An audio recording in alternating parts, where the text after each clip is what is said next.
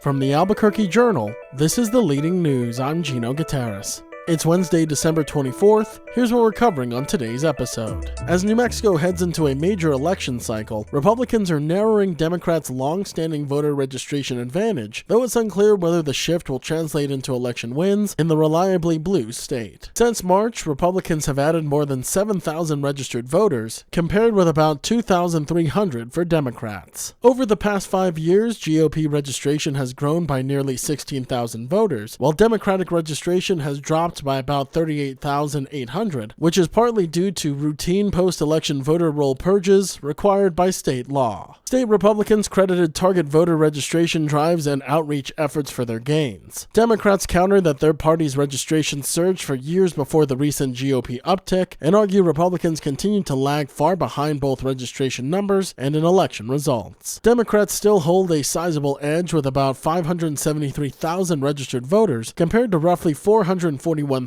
Republicans. Democrats also control all statewide offices, the legislature, and the entire congressional delegation. New Mexico has not backed a Republican presidential candidate since 2004. Independents are now the state's fastest growing voting bloc, making up about 1/4 of voters, though they tend to vote at lower rates. Beginning in 2026, independents will be able to vote in primaries without changing party affiliations. Key offices, including governor, attorney general, and secretary of state, will all be on the ballot next year, with candidates filing set for February 3rd. A large fire tore through a homeless encampment along East Central Avenue on Monday night, destroying 5 tents and most of the residents' belongings, but leaving no one injured. Firefighters extinguished the blaze before it spread to nearby buildings, but investigators were unable to determine the cause, citing a compromised scene and lack of usable surveillance footage. The encampment, located in the parking lot of Corky Books, has become a flashpoint in Albuquerque's broader struggle with homelessness. Owner Gillum Curley said he's offering a safe space for people with nowhere else to go, while nearby business owners and city officials argue the site enables drug use, violence, and unsafe conditions. Neighbors have lodged complaints for more than a year, and police have responded to a fatal shooting at the location in November. City officials say the encampment is unlawful and dangerous and are seeking to shut it down immediately, citing available beds in the city's shelter system. Advocates and residents of the encampment counter that shelters often don't meet their needs and that the site is the only place they feel accepted. With about 3,000 people experiencing homelessness and only 1,300 shelter beds citywide, the fire has intensified the debate over how Albuquerque should balance safety, enforcement, and compassion for people living on the street.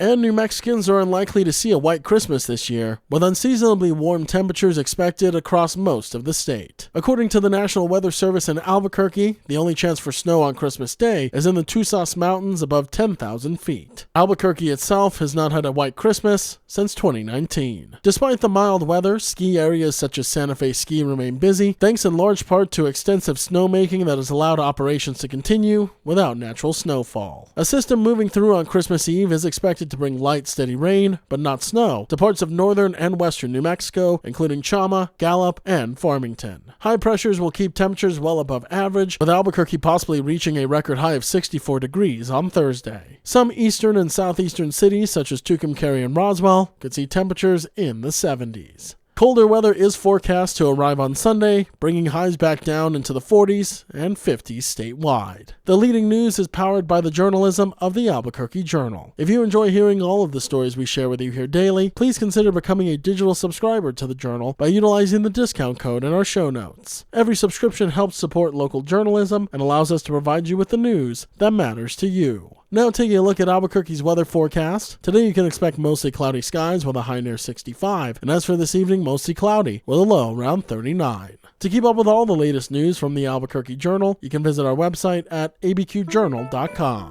That's the leading news. I'm Gino Gutierrez. The leading news will be on an extended break for the holiday season and will return on Monday.